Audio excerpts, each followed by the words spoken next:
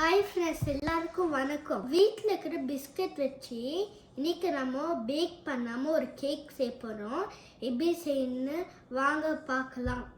இப்போ நான் வீட்டில் இருக்கிற 200 கிராம்ஸ் பிஸ்கட் இப்போ நான் ஒடிச்சு பவுடர் பண்ண போகிறேன்.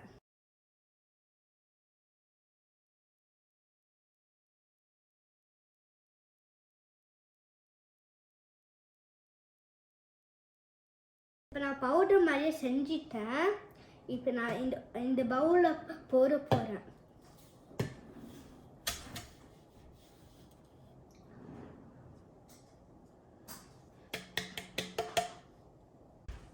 இப்போ நான் 2 ஸ்பூன் சாக்லேட் பவுடர் எடுக்க போகிறேன்.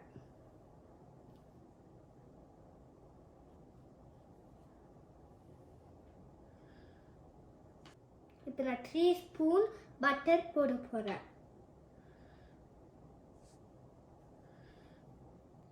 இப்போ நான் பட்டர் போட்டேன். இப்போ நான் மிக்ஸ் பண்ண போகிறேன். 1 கப் பால் எடுத்துருக்கேன். இதில் நான் கொஞ்சம் கொஞ்சமாக பால் போட்டு பிசைய போடுறேன், சப்பாத்தி மாவு மாதிரி ஆகிறதுக்கு.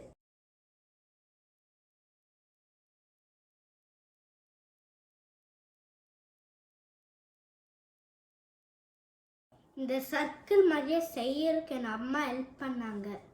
நான் ஷாப்பிங் போர்டு வச்சுக்கிறேன். அது மேலே நான் வேக்ஸ் பேப்பர் வச்சுருக்கேன். அதுக்கப்புறம் நான் பட்டர் வச்சுக்கேன். இந்த பட்டர் இது மேலே தருவ போகிறேன்.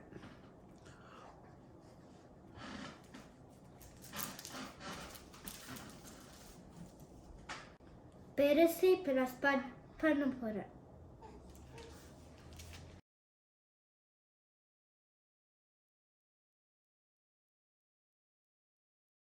நம்ம இப்போ ரெக்டாங்கிளாக கட் பண்ணிட்டாங்க.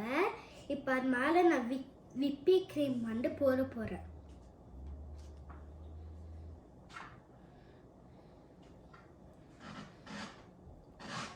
விப்பி க்ரீம் போட்டு முடிச்சாச்சு. இப்போ நான் இதை ரோல் பண்ண போகிறேன்.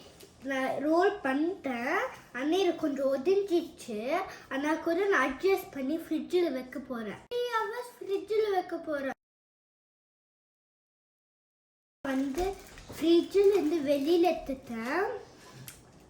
இப்போ பிரிக்க போகிறேன். முதல்ல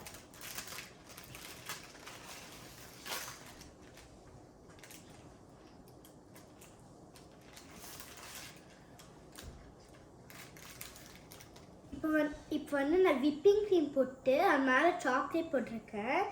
நான் மிக்ஸ் பண்ணியிருக்கேன். இதை நான் இந்த மேலே பூச போகிறேன்.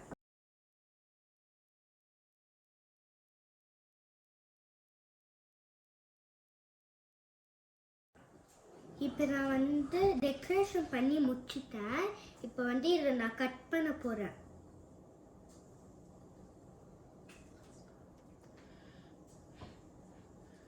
இப்போ நான் ஒரு பீஸ் கட் பண்ணிக்கிறேன். இங்கே நல்லா வந்திருக்காங்க ஒயிட் கலர் சர்க்கிள்லாம் போட்டது.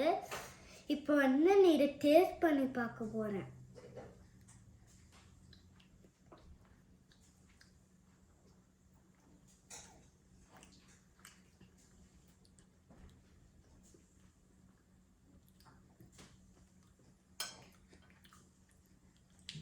நல்லா இருக்குது.